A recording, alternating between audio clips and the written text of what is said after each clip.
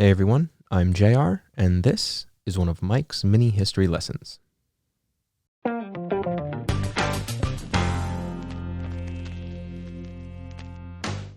History is awesome. If you're listening to this podcast, I can only assume you think so too. Some history is heartbreaking, some is uplifting. Some history is a long tale, some not so much. We like to try to do our best to take even an in-depth history lesson and keep them short enough that anyone can enjoy them. Whether you're in a car, on a walk, or pretending to do work at your desk, you know who you are. But some history lessons aren't really lessons. They're more like fun facts.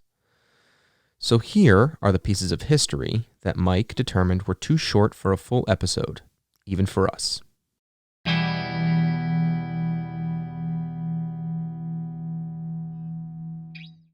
President Abraham Lincoln is in the Wrestling Hall of Fame.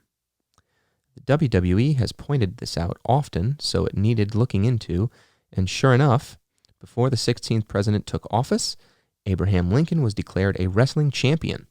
The 6'4" president had only one loss among his around 300 contests. He earned a reputation for this in New Salem, Illinois, as an elite fighter. Eventually, he earned his country's wrestling championship. He would have been seen as a giant in his time.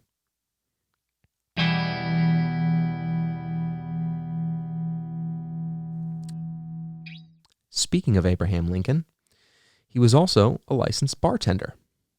That's right. Besides being a wrestling champion, Lincoln was also a licensed bartender. And in 1833, the 16th president opened up a bar called Berry and Lincoln with his friend William F. Berry in New Salem, Illinois.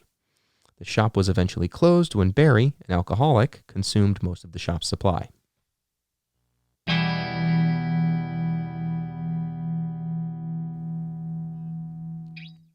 July 4th is not the real American Independence Day. It's actually July 2nd, because this is when the Second Continental Congress in Philadelphia actually voted to approve the resolution of independence. July 4th, though, is when the Congress adopted the official Declaration of Independence, but most didn't even sign that until August.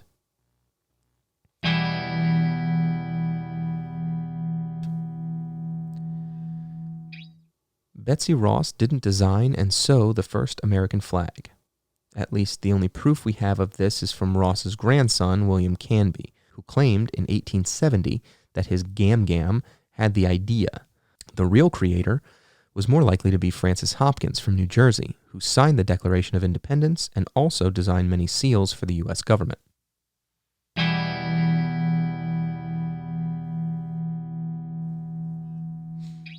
George Washington opened a whiskey distillery after his presidency. Apparently, being the first president of the United States wasn't enough for George Washington in his lifetime. After his term, Washington opened up a whiskey distillery. By 1799, Washington's distillery was the largest in the country, producing 11,000 gallons of unaged whiskey. After the president died, so too did the distillery. Or at least that's the lesson you would get if Mike was your history teacher.